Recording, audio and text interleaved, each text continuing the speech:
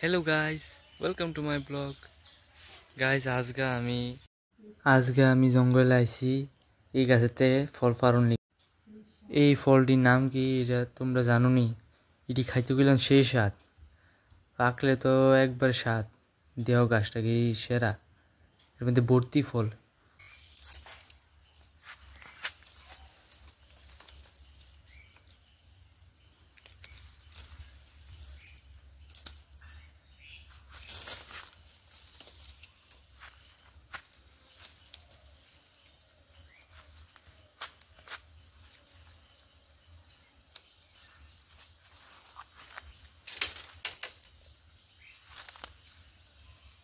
তো গাইস সেই জিনিসটি আমি একটু হইতাছি তো এই সেই জিনিসটি অনেকটি পারছি এই দেখো সেই জিনিসটি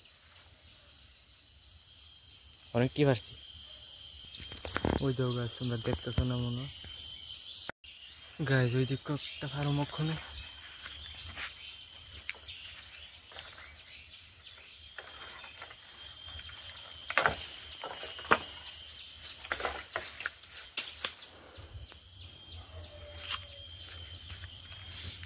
ওই দেখো